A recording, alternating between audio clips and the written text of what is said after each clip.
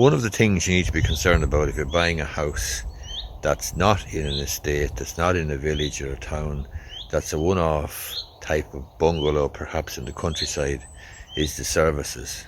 And specifically, there's three services you really need to be concerned about. One is the road access to the property. Two is the water supply to the property. Does it have its own well? And three is the sewerage or environmental waste discharge system. Now, if you have a look there behind me, you'll see that's my septic tank system there behind on the ground. Alright? And it's absolutely critical. So this is the septic tank here, and there's a thing over there, some sort of an electrical pump which assists the whole situation, assists the discharge of the waste and so on.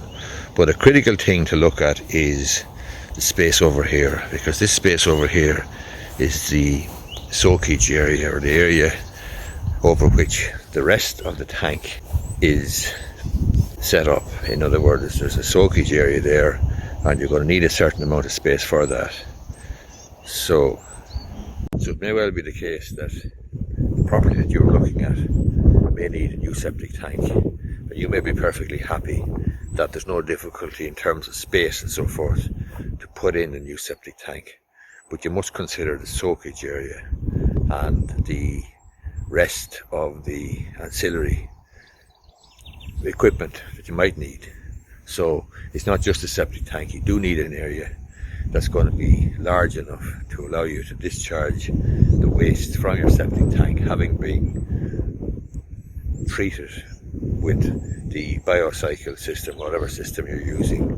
That's the first thing. The second thing that you need to be concerned about is the water situation. So we'll have a look at that now. So in my place here, I've got my own water supply, I've got my own well, and it's contained in this little pump house here behind.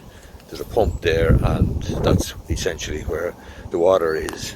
The source of the water is underneath there in the well, so it's important we'll have a look at that actually. So the well is actually down there someplace underneath, and obviously the water is pumped up then into the pump house, and then it's pumped into the house. The third service you need to be concerned about when you're buying a one-off house in the country, not an estate house, is the road access. Is there proper road access, legal access to the property for you to come and go, and is the road taken in charge by the local authority?